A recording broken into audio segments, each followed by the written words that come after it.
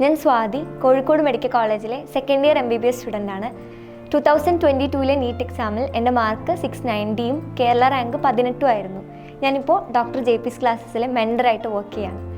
Basically ഈ ഒരു വീഡിയോയിൽ ഞാൻ പറയാൻ പോകുന്നത് നീറ്റ് എക്സാമിനെ പറ്റി അറിയേണ്ട എല്ലാ കാര്യങ്ങളെയും കുറിച്ചാണ്. എനിക്ക് ഇൻസ്റ്റഗ്രാമിൽ ഇങ്ങനെ കുറേ കുട്ടികളൊക്കെ മെസ്സേജ് അയക്കാറുണ്ട്, ചേച്ചി നീറ്റ് എക്സാമിനെ പറ്റി പറഞ്ഞുകൊണ്ട് എല്ലാ കാര്യങ്ങളും പറഞ്ഞുകൊണ്ടുള്ളൊരു വീഡിയോ ചെയ്യാവോ, കുറേ ഡൗട്ട്സ് ഉണ്ട്. അതായത് നീറ്റ് എക്സാമിൻ്റെ ക്രൈറ്റീരിയ, ഏജ് ലിമിറ്റ്, അതുപോലെ തന്നെ സിലബസ്, NCERTക്ക് പുറത്തുനിന്ന് ക്വസ്റ്റ്യൻസ് വരുമോ, അതല്ലാണ്ട് ഇപ്പം നമ്മുടെ റാങ്കിങ് സിസ്റ്റത്തിനെ കുറിച്ച്, അതുപോലെ MBBSന് കയറിക്കഴിഞ്ഞാൽ MBBSൽ എന്തൊക്കെയാണ് പഠിക്കാനുള്ളത്, ഭയങ്കര ഡിഫിക്കൽട്ടാണോ, ആഫ്റ്റർ MBBS നമുക്ക് എന്തൊക്കെ സാധ്യതകളാണുള്ളത്, ജസ്റ്റ് MBBS കഴിഞ്ഞാൽ തന്നെ ഡോക്ടറായിട്ട് വർക്ക് ചെയ്യാൻ പറ്റുമോ, ഇങ്ങനെ ഒരുപാട് ഡൗട്ട്സ് ചോദിച്ചുകൊണ്ട് എനിക്ക് ഇൻസ്റ്റഗ്രാമിലൊക്കെ മെസ്സേജ് തരാറുണ്ട്. അപ്പം അങ്ങനത്തെ എല്ലാ ഡൗട്ട്സും ക്ലിയർ ചെയ്തുകൊണ്ടുള്ള ഒരു വീഡിയോ ആണ്. മാക്സിമം ഒരു LP സ്റ്റുഡൻറ്റിന് വരെ മനസ്സിലാക്കാൻ പറ്റുന്ന രീതിക്ക് മാക്സിമം സിമ്പിളാക്കിയിട്ട് പറയാൻ ശ്രമിക്കാം. അപ്പോൾ നീറ്റ് എക്സാം എന്ന് പറയുന്നത് it's an all India entrance examination. All India പറഞ്ഞാൽ അഖിലേന്ത്യാ തലത്തിൽ മൊത്തം നമ്മുടെ ഇന്ത്യയിൽ നടക്കുന്ന, ഇന്ത്യയിലെ എല്ലാ കുട്ടികളും പാർട്ടിസിപ്പേറ്റ് ചെയ്യുന്ന ഒരു എൻട്രൻസ് എക്സാമാണ്, പ്രവേശന പരീക്ഷയാണ്. അപ്പോൾ പ്രവേശന പരീക്ഷ, അപ്പോൾ അതിൽ തന്നെ നമുക്കറിയാം ഈ ഒരു പരീക്ഷ എഴുതി നല്ല മാർക്ക് വാങ്ങിയാലാണ് നമുക്ക് നമ്മുടെ ഇന്ത്യയിലുള്ള മെഡിക്കൽ കോളേജുകളിൽ, ഗവൺമെൻറ് മെഡിക്കൽ കോളേജുകളിൽ, അതുപോലെ തന്നെ BDS, BHMS അതുപോലെയുള്ള കോഴ്സസ്, പിന്നെ ചില പാരാമെഡിക്കൽ കോഴ്സസ്, നഴ്സിംഗ് കോളേജുകൾ, ഇതിലേക്കൊക്കെ അഡ്മിഷൻ നേടാനുള്ള ഒരു പ്രവേശന പരീക്ഷ, അങ്ങോട്ടേക്കൊക്കെ എൻട്രൻസ് കിട്ടാനുള്ളൊരു എക്സാമാണ് നീറ്റ് എന്ന് പറയുന്നത്. നീറ്റിൻ്റെ ഫുൾ ഫോം വന്നിട്ടുള്ളത് national eligibility come entrance test എന്നാണ്. ഇത് നടത്തുന്നത് NTA പറഞ്ഞിട്ടുള്ളൊരു ഏജൻസിയാണ്, നാഷണൽ ടെസ്റ്റിംഗ് ഏജൻസി.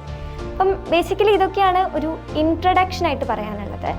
ഇനി നമുക്ക് നീറ്റ് എക്സാമിൻ്റെ ക്രൈറ്റീരിയ, ലൈക്ക് എന്ത് കോഴ്സ് ചെയ്ത ആൾക്കാണ് നീറ്റ് എക്സാം എഴുതാൻ പറ്റുക, അതുപോലെ തന്നെ ഏജ് ലിമിറ്റ്, ഇങ്ങനത്തെ കാര്യങ്ങളൊക്കെ സംസാരിക്കാം. നീറ്റ് എക്സാമിൻ്റെ ക്രൈറ്റീരിയ വന്നിട്ട് നമ്മൾ +2 കഴിഞ്ഞ ഒരു സ്റ്റുഡൻ്റ് ആയിരിക്കണം, +2 കഴിഞ്ഞ 17 വയസ്സുള്ള ഒരു സ്റ്റുഡൻ്റ് ആയിരിക്കണം. ഇതിൻ്റെ ഒരു ഏജ് ലിമിറ്റ്, അതായത് minimum age for writing NEET exam എന്ന് പറയുന്നത് 17 ഇയേഴ്സ് ആണ്. 17 വയസ്സായിരിക്കണം, +2 കഴിഞ്ഞിരിക്കണം. ഇനി ജസ്റ്റ് +2 കഴിഞ്ഞാൽ പോരാ, നമുക്കറിയാം +2ൻ്റെ ഒരു 45 സംതിങ് കോമ്പിനേഷൻസ് നമ്മൾ +2ൽ വരുന്നുണ്ട്. അതിൽ നമ്മൾ ബയോളജി സയൻസ് അല്ലെങ്കിൽ biotechnology science, biology physics chemistry എന്ന് പറയുന്ന ഒരു കോമ്പിനേഷൻ, അല്ലെങ്കിൽ ബയോടെക്നോളജി ഫിസിക്സ് കെമിസ്ട്രി, ഈ 2 കോമ്പിനേഷനുകളിൽ ഏതെങ്കിലും ഒന്നായിരിക്കണം നമ്മൾ +2ന് പഠിച്ചിട്ടുണ്ടാവേണ്ടത്. അങ്ങനെയായിരുന്നു കഴിഞ്ഞ വർഷം വരെ നമ്മുടെ NTA നമുക്ക് പറഞ്ഞിരിക്കുന്ന ഒരു ക്രൈറ്റീരിയ എന്ന് പറയുന്നത്. പക്ഷേ ഈ വർഷം മുതൽ അതിൽ ചെറിയൊരു മാറ്റമുണ്ട്. അതായത് ബയോളജി സയൻസ് അല്ലെങ്കിൽ ബയോടെക്നോളജി സയൻസ് കഴിഞ്ഞവർക്ക് വേണ്ടി മാത്രമല്ല, നിങ്ങൾ കമ്പ്യൂട്ടർ സയൻസ് പഠിച്ചവരാണ്, അതായത് computer science, physics, chemistry, maths, English, ആ രീതിക്കുള്ള കോമ്പിനേഷൻ എടുത്ത ആളാണെങ്കിൽ നിങ്ങൾക്കും നീറ്റ് എക്സാം എഴുതാൻ ഒരു അവസരമുണ്ട്. അതെങ്ങനെയാണെന്ന് വെച്ചാൽ, കമ്പ്യൂട്ടർ സയൻസിൻ്റെ +2 കമ്പ്യൂട്ടർ സയൻസ് കഴിഞ്ഞതിന് ശേഷം നിങ്ങൾ ബയോളജിയുടെ ഒരു ഡിപ്ലോമ കോഴ്സ് ചെയ്യണം. ആ ഡിപ്ലോമ കഴിഞ്ഞിട്ടുണ്ടെങ്കിൽ നിങ്ങൾക്ക് നീറ്റ് എക്സാം എഴുതാനുള്ള ഒരു എലിജിബിലിറ്റി ഉണ്ട്. ആ ക്രൈറ്റീരിയ നിങ്ങൾ കംപ്ലീറ്റ് ചെയ്യും. ഇനി അടുത്ത കാര്യം എന്ന് പറയുന്നത്, നിങ്ങൾ ഈ +1 +2 ബോർഡ് എക്സാമിൻ്റെ മാർക്ക് എന്ന് പറയുന്നത് 50% എടുക്കണം. 50% മാർക്ക് ഉണ്ടെങ്കിലാണ് നിങ്ങൾക്ക് നീറ്റ് എക്സാം എഴുതാൻ പറ്റുള്ളൂ. 50% മാർക്കൊക്കെ ഒബിയസ്ലി നമ്മളെല്ലാവർക്കും കിട്ടുന്ന മാർക്കാണ്, വലിയ മാർക്കൊന്നുമല്ല. അപ്പം ഇങ്ങനത്തെ ക്രൈറ്റീരിയ ഒന്നും വലിയ പ്രശ്നമൊന്നുമില്ല, നമുക്ക് എല്ലാവർക്കും എഴുതാൻ പറ്റും. ഇനി ഏജ് ലിമിറ്റ് വന്നിട്ടുള്ളത്, ഞാൻ പറഞ്ഞു മിനിമം ഏജ് എന്ന് പറയുന്നത് 17 ആണ്. ഇങ്ങനെ ഒരു മാക്സിമം ഏജ് ലിമിറ്റ് ഇല്ല. നമുക്കിപ്പം IITയിലേക്കും NITയിലേക്കുള്ള അഡ്മിഷനുള്ള എക്സാം ആയിട്ടുള്ള JEEലൊക്കെ ഈ ഒരു ഏജ് ലിമിറ്റ് ഉണ്ട്. നമുക്ക് +2 കഴിഞ്ഞിട്ട് എഴുതാം, അത് കഴിഞ്ഞിട്ടുള്ള ഒരു വർഷം കൂടെ എഴുതാൻ പറ്റുള്ളൂ, അത് കഴിഞ്ഞാൽ പിന്നെ നമുക്ക് എഴുതാൻ പറ്റില്ല. പക്ഷേ നീറ്റിൻ്റെ കേസിൽ അങ്ങനെയല്ല. അത് എന്തുകൊണ്ടും നല്ലൊരു കാര്യമാണ്. കാരണം ഫസ്റ്റ് ചാൻസിലൊക്കെ പ്രിപ്പയർ ചെയ്തിട്ട് കിട്ടാത്ത കുട്ടികൾക്ക് 1-2 വർഷമൊക്കെ റിപ്പീറ്റ് ചെയ്തിട്ടൊക്കെ അല്ലെങ്കിൽ റിപ്പീറ്റ് ചെയ്തിട്ടൊക്കെ നമുക്ക് നീറ്റ് എക്സാം നേടിയെടുക്കാനുള്ള ഒരു അവസരമുണ്ട്. ഇങ്ങനെ ഒരു age limit, like maximum age limit പറഞ്ഞിട്ടൊരു സംഭവമില്ല. നമുക്ക് എത്ര വയസ്സുള്ള ആൾക്ക് വേണമെങ്കിലും നീറ്റ് എക്സാം എഴുതുക എന്നുള്ളതാണ്. ഇപ്പോൾ പറയുകയാണെങ്കിൽ ഞാൻ കോഴിക്കോട് മെഡിക്കൽ കോളേജിലാണ് പഠിക്കുന്നത്. എൻ്റെ ക്ലാസ്സിൽ 36 വയസ്സുള്ളൊരു ചേട്ടൻ വരെ ഇപ്പോൾ പഠിക്കുന്നുണ്ട്. ഞാൻ ജസ്റ്റ് ഒരു എക്സാമ്പിൾ പറഞ്ഞതാണ്. ഇനി എന്താണ് നീറ്റ് എക്സാമിൻ്റെ സിലബസ് എന്ന് നോക്കാം. നമുക്കിപ്പം PSC എക്സാംസിനെ പറ്റിയൊക്കെ കേട്ടിട്ടുണ്ടാവും. PSC എക്സാംസിന് നമുക്കറിയാം ഒരു ഇന്ന സിലബസ് എന്ന് പറഞ്ഞിട്ട് നമുക്ക് പറയാൻ പറ്റില്ല. അല്ലെങ്കിൽ UPSC എക്സാംസ്, ഈ IASനൊക്കെ വേണ്ടിയിട്ട് ആൾക്കാർ എഴുതുന്ന UPSC എക്സാം, നമ്മൾ പറയുക സൂര്യന് താഴെയുള്ള എല്ലാം പഠിക്കണം, എവിടുന്ന് വേണമെങ്കിലും ക്വസ്റ്റ്യൻസ് വരാമെന്നാണ് പറയാം. അപ്പം ഇങ്ങനത്തെ എക്സാംസ് ഒക്കെ ഭയങ്കര ബ്രോഡാണ്, എവിടെ നിന്ന് വേണമെങ്കിലും ക്വസ്റ്റ്യൻസ് വയ്ക്കാം. പക്ഷേ നീറ്റിൻ്റെ ഏറ്റവും വലിയൊരു പ്ലസ് പോയിന്റ് എന്ന് പറയുന്നത് നീറ്റിനൊരു പെർട്ടിക്കുലർ സിലബസ് ഉണ്ട്. ആ സിലബസിൻ്റെ പുറത്തുനിന്ന് ക്വസ്റ്റ്യൻസ് വരാനുള്ള ചാൻസസ് ഭയങ്കര റെയറാണ്. അഥവാ വന്നാൽ തന്നെ അത് ഓപ്ഷണൽ ആയിട്ടുള്ള ക്വസ്റ്റ്യൻസ് ഒക്കെ ആയിരിക്കും അങ്ങനെ വരുന്നത്. അപ്പം നീറ്റിൻ്റെ സിലബസ് എന്ന് പറയുന്നത് നിങ്ങളുടെ +1 +2 ക്ലാസ്സിലെ ബയോളജി, ഫിസിക്സ്, കെമിസ്ട്രി ഈ 3 സബ്ജക്റ്റിൻ്റെയും NCERT ടെക്സ്റ്റ് ബുക്സ് ആണ് നീറ്റിൻ്റെ സിലബസ്. ഞാൻ ഒന്നുകൂടെ റിപ്പീറ്റ് ചെയ്ത് പറയാം. +1ലെയും +2ലെയും ബയോളജി, ഫിസിക്സ്, കെമിസ്ട്രി ഈ 3 സബ്ജക്റ്റിൻ്റെ NCERT ടെക്സ്റ്റ് ബുക്സ് ആണ് നീറ്റിൻ്റെ സിലബസ് എന്ന് പറയുന്നത്. നമുക്ക് ഞാൻ പഠിക്കുന്ന സമയത്ത് ഓൾമോസ്റ്റ് ഒരു 97ഓളം ചാപ്റ്റേഴ്സ് ഉണ്ടായിരുന്നു. +1ലെയും +2ലെയും ഈ 3 സബ്ജക്റ്റിലെ ചാപ്റ്റേഴ്സ് നോക്കുന്ന സമയത്ത് NCERTയിലെ ചാപ്റ്റേഴ്സ് നോക്കുമ്പോൾ അത്രയും ചാപ്റ്റേഴ്സ് നമുക്ക് പഠിക്കാനുണ്ടായിരുന്നു. പിന്നെ ഈ വർഷം NTA എന്ത് ചെയ്തു എന്ന് വെച്ചിട്ടുണ്ടെങ്കിൽ ഇത്രയും ചാപ്റ്റേഴ്സിന് കുറേ പോർഷൻസൊക്കെ ഡിലീറ്റ് ചെയ്തു. എന്നിട്ട് ചാപ്റ്റേഴ്സൊക്കെ കുറച്ച് ചാപ്റ്റേഴ്സൊക്കെ ഡിലീറ്റ് ചെയ്തു. ചില ചാപ്റ്റേഴ്സിലുള്ള കുറച്ച് പോർഷൻസൊക്കെ കട്ട് ചെയ്തു. ഒന്ന് ഓർഡർ ആക്കിയിട്ട് ഇപ്പോൾ ഏകദേശം 80ഓളം, എനിക്ക് തോന്നുന്നു കറക്റ്റ്ലി 79 ചാപ്റ്റേഴ്സിൻ്റെ അടുത്താണെന്ന് തോന്നുന്നു. ഓൾമോസ്റ്റ് ഒരു 80ഓളം ചാപ്റ്റേഴ്സാണ് ടോട്ടൽ. അതായത് +1ലെയും +2ലെയും ഫിസിക്സിലെയും കെമിസ്ട്രിയിലെയും ബയോളജിയും കൂടെ ടോട്ടൽ ചാപ്റ്റേഴ്സ് എടുത്ത് നോക്കുമ്പോൾ നിങ്ങൾക്ക് പഠിക്കാനുള്ളത്. ഇനി നീറ്റ് എക്സാമിൻ്റെ സ്ട്രക്ചർ പറയുകയാണെങ്കിൽ ടോട്ടൽ നമുക്ക് 720ലാണ് എക്സാം നടക്കുന്നത്. 720 മാർക്സിൻ്റെ എക്സാമാണ്. അതിൽ ടോട്ടൽ 200 ക്വസ്റ്റ്യൻസ് ഉണ്ടാവും. 720 മാർക്സ് ആണ്, 200 ക്വസ്റ്റ്യൻസ് ഉണ്ടാവും. ഈ 720ൻ്റെ പകുതിയും, അതായത് 360 മാർക്സ്, 360 മാർക്സിൻ്റെ ക്വസ്റ്റ്യൻസും വരുന്നത് ബയോളജിയിൽ നിന്നായിരിക്കും. 100 ക്വസ്റ്റ്യൻസ് ബയോളജിയിൽ നിന്നാണ്. ആ 100 ക്വസ്റ്റ്യനിൽ ആദ്യത്തെ 50 സുവോളജിയിലായിരിക്കും, അടുത്ത 50 ബോട്ടണിയിൽ നിന്നായിരിക്കും. ഇപ്പോൾ സുവോളജി പറയുകയാണെങ്കിൽ 50 ക്വസ്റ്റ്യൻസ് ആണ് വരുന്നതെന്ന് ഞാൻ പറഞ്ഞു. ആ 50 ക്വസ്റ്റ്യൻസിനെ 2 പാർട്ടാക്കി തിരിച്ചിട്ടുണ്ട്, A പാർട്ടും B പാർട്ടും. A പാർട്ടിൽ 35 ക്വസ്റ്റ്യൻസ് ഉണ്ടാവും, B പാർട്ടിൽ 15 ക്വസ്റ്റ്യൻസ് ഉണ്ടാവും.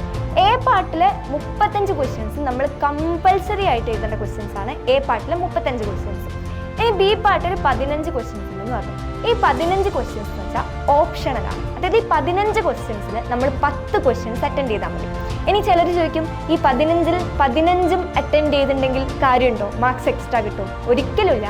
നിങ്ങൾ 15ൽ 15ഉം അറ്റൻഡ് ചെയ്യുക എന്ന് പറയുന്നത് നിങ്ങൾ ഭയങ്കര മണ്ടത്തരായിരിക്കും ചെയ്യുന്നത്. കാരണം നമ്മൾ അറിയാണ്ട് എന്തെങ്കിലുമൊക്കെ എറേഴ്സ് വന്നു പോയാൽ ഈ NTA നമ്മുടെ OMR ഷീറ്റ്, നമ്മൾ ബബിൾ ചെയ്ത OMR ഷീറ്റ് റീഡ് ചെയ്യണ സമയത്ത് നിങ്ങൾ ഈ B പാർട്ടിൽ എഴുതിയിട്ടുള്ള 15 ക്വസ്റ്റ്യൻസിൽ ആദ്യത്തെ 10 അവർ ചൂസ് ചെയ്യുക. അപ്പോൾ ആദ്യത്തെ 10 ഏതെങ്കിലും ഒന്ന് തെറ്റാണെങ്കിൽ നിങ്ങൾക്ക് ഓപ്ഷണലായിട്ട് നിങ്ങൾക്ക് ഫുൾ മാർക്കും വാങ്ങാൻ പറ്റുമായിരുന്ന ആ B പാർട്ടിലുള്ള മാർക്സ് ആണ് നിങ്ങൾക്ക് നഷ്ടപ്പെട്ടു പോകുന്നത്. അപ്പം ശ്രദ്ധിക്കുക, B പാർട്ടിൽ നിങ്ങൾ എല്ലാ ക്വസ്റ്റ്യൻസും അറ്റൻഡ് ചെയ്യേണ്ട ആവശ്യമില്ല. ജസ്റ്റ് ആദ്യത്തെ 10 മാത്രമാണ് NTA ചെക്ക് ചെയ്യുള്ളൂ. സോ ഒരു 10 കറക്റ്റായിട്ടുള്ള ഏറ്റവും ഇത് മോസ്റ്റ് ആക്യുറേറ്റ് ആണ്, ഇത് എഴുതിയിട്ടുണ്ടെങ്കിൽ ഇത് ശരിയാണ്, അങ്ങനെ ഉറപ്പുള്ള 10 ക്വസ്റ്റ്യൻസ് മാത്രം B പാർട്ടിൽ നിന്ന് നിങ്ങൾ അറ്റൻഡ് ചെയ്യാൻ നോക്കാം. അപ്പം ഞാൻ പറഞ്ഞു, ബയോളജിയിൽ നിങ്ങൾക്ക് സുവോളജി ഉണ്ട്, ബോട്ടണി ഉണ്ട്. രണ്ടിലും 50-50 വെച്ചിട്ടാണ്. A പാർട്ടുണ്ട്, B പാർട്ടുണ്ട്. അതുപോലെ തന്നെ ഞാനിപ്പോൾ പറഞ്ഞതുപോലെ തന്നെയാണ് ഫിസിക്സിൻ്റെയും കെമിസ്ട്രിയുടെയും കാര്യം വരുന്നത്. ഫിസിക്സിലും ഇതുപോലെ A പാർട്ടിൽ 35 ക്വസ്റ്റ്യൻസ് ഉണ്ട്, കമ്പൽസറി ആയിട്ട് 35 ക്വസ്റ്റ്യൻസും ചെയ്യണം. B പാർട്ടിൽ ടോട്ടൽ 15 ക്വസ്റ്റ്യൻസ് ഉണ്ട്. 15ൽ നിങ്ങൾ 10 നിങ്ങൾക്ക് ഏറ്റവും ആക്യുറേറ്റ് ആയിട്ട് തോന്നുന്ന 10 ക്വസ്റ്റ്യൻസ് എഴുതിയാൽ മതി. ഇനി ഈ കാര്യം ഞാൻ പറയുന്നത് ഇനി ഞാൻ പറയാൻ പോകുന്ന കാര്യം എല്ലാവർക്കും അറിയുന്നതായിരിക്കും. എന്നാലും അഥവാ ഈ വീഡിയോ നീറ്റിനെ പറ്റി ഒന്നും അറിയാത്ത ഒരാൾ ഫ്രം ദ വെരി ബേസിക്സ് അറിയണമെന്നുണ്ടെങ്കിൽ പറയാണ്. നീറ്റ് എക്സാം എന്ന് പറയുന്നത് നമ്മളിപ്പം ബോർഡ് എക്സാംസ് ഒക്കെ എന്താണ് ഡിസ്ക്രിപ്റ്റീവായിട്ട് നമുക്ക് എന്താ ക്വസ്റ്റ്യൻസ് വന്നിട്ടുണ്ടെങ്കിൽ നമ്മൾ essay പോലെയൊക്കെ എഴുതേണ്ടതാണ് അധികം ബോർഡ് എക്സാമിലെ ക്വസ്റ്റ്യൻസ് ഒക്കെ പറയുന്നത്. പക്ഷേ നീറ്റ് എക്സാം എന്ന് പറയുന്നത് മൾട്ടിപ്പിൾ ചോയ്സ് ക്വസ്റ്റ്യൻസ് ആണ്. അതായത് ഇതിൻ്റെ ഒരു ഒറ്റ ആൻസറേ ഉണ്ടാവുള്ളൂ.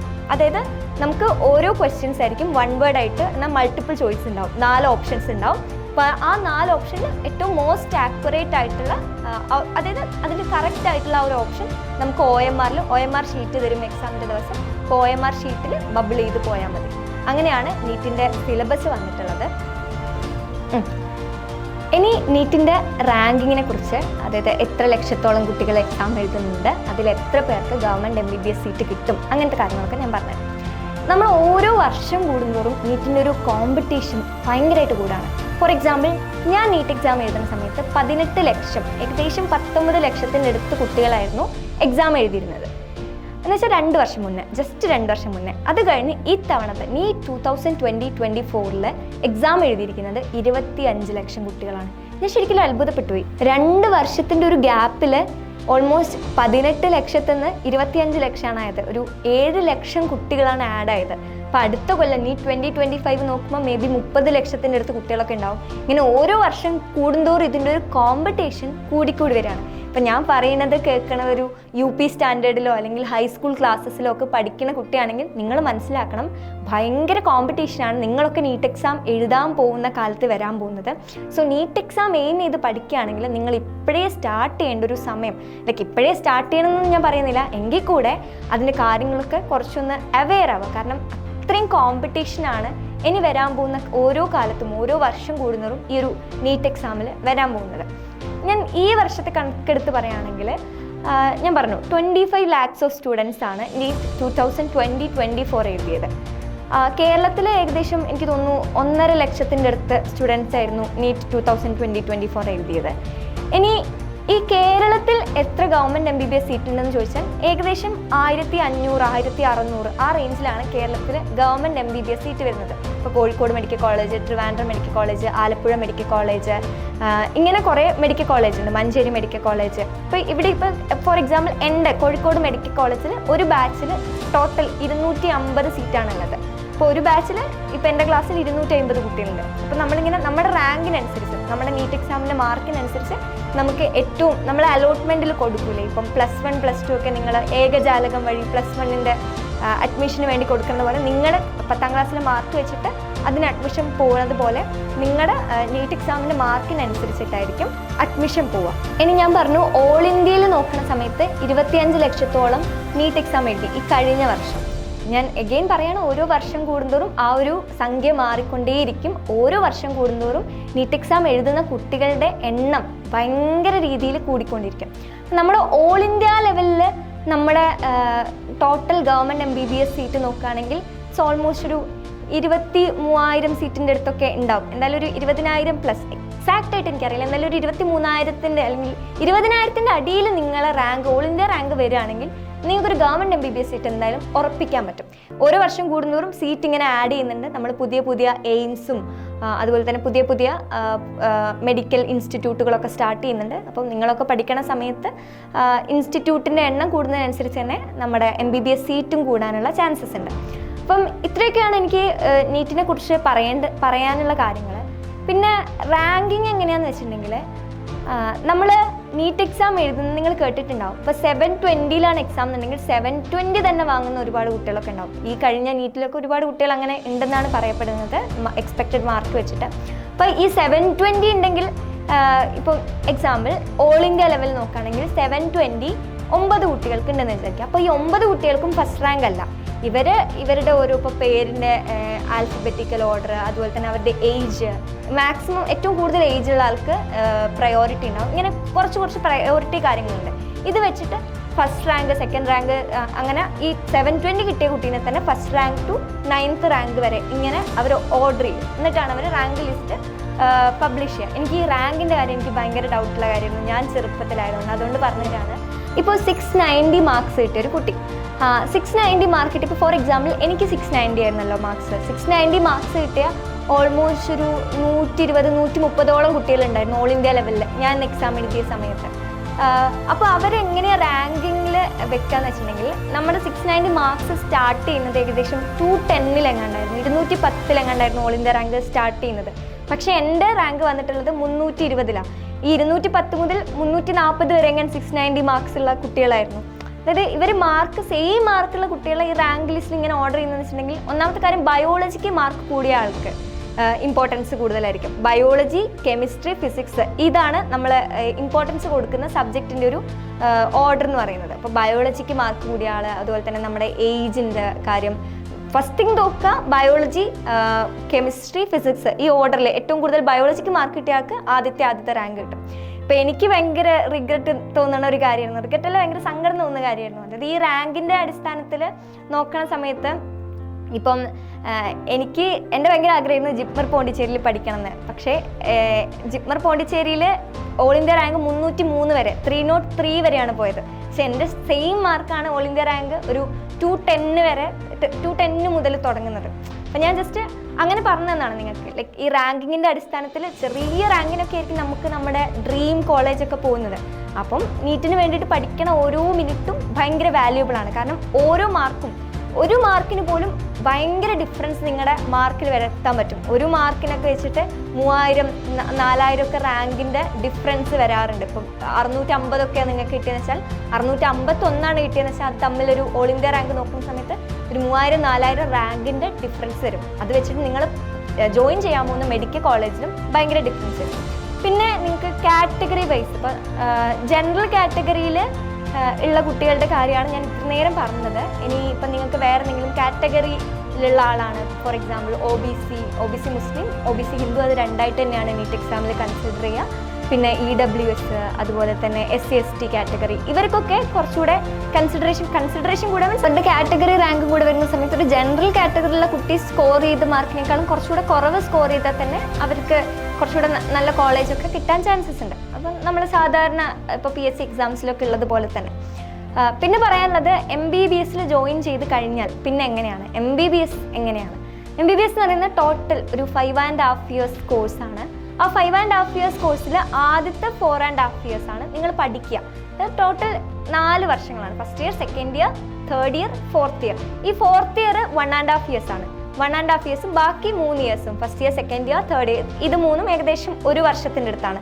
അപ്പം ഫോർത്ത് ഇയർ 1.5 years കൂടെ കൂടുമ്പോൾ ടോട്ടൽ നിങ്ങൾക്ക് 4.5 years പഠിക്കാനുണ്ട്. പഠിക്കുക എന്ന് പറയുന്നത് ബേസിക്കലി നമ്മൾ ഹോസ്പിറ്റലിൽ പോയിട്ട് ഹോസ്പിറ്റലിൽ നിന്ന് കേസ് എടുക്കുക, പേഷ്യൻസുമായിട്ട് സംസാരിക്കുക, അല്ലെങ്കിൽ ഡോക്ടേഴ്സ് പേഷ്യൻസുമായിട്ട് ഡീൽ ചെയ്യുന്നൊക്കെ ഇങ്ങനെയൊക്കെയാണ്. നമുക്ക് പോസ്റ്റിങ്സ് ഒക്കെ വന്നിട്ട് നമുക്ക് ഇപ്പം സർജറിയിൽ ഓപ്പറേഷൻ തിയേറ്ററിൽ പോസ്റ്റിംഗ് ഉണ്ടാവും, ഗൈനക്കോളജിയുടെ OTയിൽ പോസ്റ്റിങ്സ് ഉണ്ടാവും. ഇങ്ങനെ MBBS പറ്റി വേണമെങ്കിൽ ഡീറ്റെയിൽഡ് ആയിട്ട് ഞാൻ വേറെ വീഡിയോ ചെയ്യുന്നതാണ്. ഒരു ബേസിക് തിങ്സ് പറഞ്ഞതാണ്. അത് കഴിഞ്ഞിട്ട് 4.5 കൊല്ലം പഠിച്ചു കഴിഞ്ഞിട്ട് ഒരു വർഷം നമ്മൾ കമ്പൾസറി ആയിട്ട് നമ്മൾ പഠിച്ച മെഡിക്കൽ കോളേജ് നമ്മൾ ഹൗസ് സർജൻസി ചെയ്യണം. ഹൗസ് സർജൻസി എന്ന് വെച്ചാൽ ആ മെഡിക്കൽ കോളേജ് നമ്മൾ ഇൻറ്റേൺ ആയിട്ട് വർക്ക് ചെയ്യാണ്, എന്ന് വെച്ചാൽ അവിടുത്തെ ഡോക്ടറായിട്ട് വർക്ക് ചെയ്യാണ്.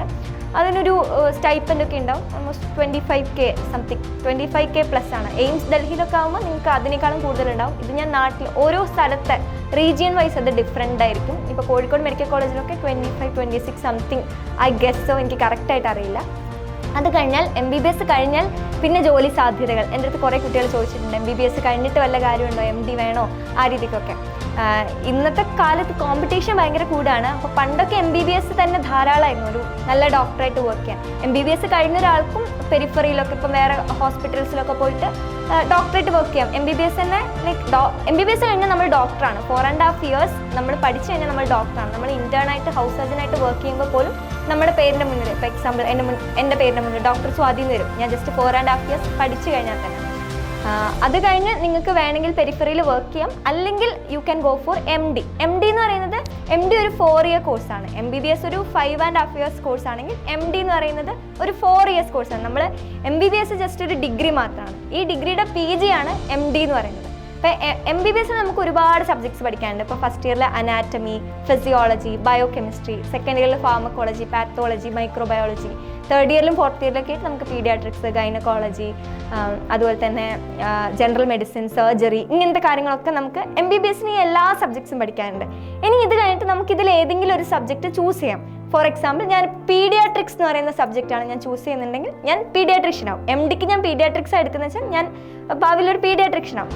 ഞാൻ MDക്ക് ഒരു ഗൈനക്കോളജി ആൻഡ് ഒബ്സ്ട്രക്റ്റിക്സാണ് ചൂസ് ചെയ്യുന്നത് വെച്ചാൽ ഞാൻ ഒരു ഗൈനക്കോളജിസ്റ്റ് ആവും. MD കഴിഞ്ഞാൽ ഗൈനക്കോളജിസ്റ്റ് ആവും. സർജറിയാണ് ചൂസ് ചെയ്യുന്നത് വെച്ചാൽ സർജറി MS ആണ്, അത് MD അല്ല, സർജറി MS ആണ് ഞാൻ എടുക്കുന്നത് വെച്ചാൽ അത് കഴിഞ്ഞ് പിന്നെ എനിക്കൊരു സർജൻ ആവാം. ഈ സർജനായിട്ട് പിന്നെയും നമ്മൾ DM ചെയ്യുന്ന സമയത്ത് സൂപ്പർ സ്പെഷ്യാലിറ്റി എന്ന് പറയും. അതിപ്പം കാർഡിയോളജിയിലൊക്കെ ചെയ്യുകയാണെങ്കിൽ എനിക്ക് കാർഡിയോളജിസ്റ്റ് ആവാൻ പറ്റും. ഇങ്ങനെയാണ് ബേസിക്കലി ഒരു ഡോക്ടറിൻ്റെ കഥ എന്ന് പറഞ്ഞാൽ ഇങ്ങനെയാണ്. ഈ MD പഠിക്കുക എന്നൊക്കെ പറയുന്നത്, MD എന്ന് നമ്മൾ MBBS കഴിഞ്ഞിട്ട് 4.5 years കഴിഞ്ഞിട്ട് ഹൗസ് സർജനായിട്ട് വർക്ക് ചെയ്യുന്നത് മുതൽ ഓരോ വർഷവും നമ്മൾ പഠിക്കുന്ന സമയത്ത് നമുക്ക് ഇങ്ങോട്ടേക്ക് സ്റ്റൈപ്പൻഡ് കിട്ടിക്കൊണ്ടാണ് പഠിക്കുക. ഈ MD എന്നൊക്കെ പറയുന്നത് ജസ്റ്റ് പഠിക്കലല്ല, നമുക്ക് എക്സാംസ് ഉണ്ടാവും. പക്ഷേ നമ്മൾ മെയിൻലി ഹോസ്പിറ്റലിൽ ഡോക്ടറായിട്ട് വർക്ക് ചെയ്യാനാണ് ഈ പഠനം എന്നുകൊണ്ട് ഉദ്ദേശിക്കുന്നത്. MD ഒക്കെ ചെയ്യുന്ന സമയത്ത് നമുക്ക് നല്ലൊരു തുക നമുക്ക് സ്റ്റൈപ്പൻഡല്ല സാലറി ആയിട്ട് കിട്ടണതായിരിക്കും. പിന്നെ നിങ്ങൾക്ക് MBBS കഴിഞ്ഞിട്ട് വേണമെങ്കിൽ പുറത്ത് പോകാം. അപ്പോൾ പ്ലാബ്, അതുപോലെ തന്നെ USMLE, INISET, ഇങ്ങനെ കുറേ എക്സാംസ് ഉണ്ട്. ഇന്ത്യക്ക് പുറത്ത് പോയിട്ട് MD ചെയ്യാവുന്നതാണ്. അപ്പോൾ ഇത്രയൊക്കെയാണ് എനിക്ക് ബേസിക്കലി നീറ്റിനെ കുറിച്ചും MBBS ലൈഫിനെ കുറിച്ചൊക്കെ പറയാനുള്ളത്. നന്നായിട്ട് പഠിച്ചോ നിങ്ങളൊരു നീറ്റ് ആസ്പിരൻ്റ് ആണെങ്കിൽ, കാരണം ഭയങ്കര കോമ്പറ്റീഷനാണ്. ആക്ച്വലി എനിക്ക് തന്നെ പേടിയായി ഇത്തവണത്തെ നീറ്റ് 2024 ഇത്രയും കുട്ടികൾ എഴുതി, അതിൽ ഇത്രയും ടോപ്പ് മാർക്കേഴ്സ് വന്നു. കാരണം ഇവരും നാളെ ഡോക്ടേഴ്സ് ആവാൻ പോകുന്ന ആൾക്കാരാണ്. അപ്പം ഈ MBBS കഴിഞ്ഞിട്ട് നമ്മൾ MDക്ക് വേണ്ടി പ്രിപ്പയർ ചെയ്യുന്ന സമയത്ത് എഗെയിൻ ഒരു എൻട്രൻസ് എക്സാം എഴുതേണ്ട ആവശ്യമുണ്ട്. അപ്പം അവിടെയും കോമ്പറ്റീഷനാണ്. അപ്പം ബേസിക്കലി പറയുകയാണെങ്കിൽ നമ്മൾ ഭയങ്കര കോമ്പറ്റേറ്റീവ് ആയിട്ടുള്ളൊരു വേൾഡിലാണ് നമ്മൾ ഇന്നത്തെ കാലത്ത് ജീവിക്കുന്നത്. ഒരുപക്ഷെ നമ്മുടെ അച്ഛനും അമ്മയൊക്കെ പഠിച്ചിരുന്ന സമയത്ത് ഇത്രയും കോമ്പറ്റീഷൻ ഉണ്ടാവില്ല. അപ്പം അത് മനസ്സിലാക്കുക. എന്നിട്ട് if you are preparing for NEET exam, അല്ലെങ്കിൽ if you are a NEET aspirant, നന്നായിട്ട് പഠിച്ചോളാം. നമ്മുടെ ഡോക്ടർ JP's ക്ലാസ്സസിൻ്റെ ചാനലൊക്കെ സബ്സ്ക്രൈബ് ചെയ്യുക. ഇതുപോലത്തെ നല്ല വീഡിയോസായിട്ട് നമ്മൾ ഇനിയും വരുന്നതായിരിക്കും. അപ്പോൾ ടാറ്റ.